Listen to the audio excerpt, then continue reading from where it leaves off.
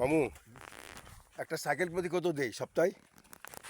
সপ্তাহে যে 20 টাকা কয়টা সাইকেল হয় টোটাল? হয়, 70টা, কোন সময় 110টা। 110টা হলে পয়সা হয়।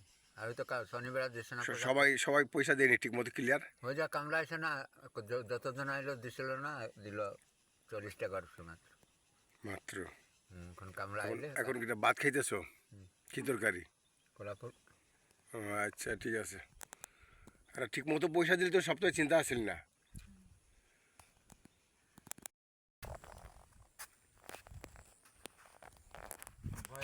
মামু, একটা সাইকেল প্রতি কত দেই সপ্তাহে?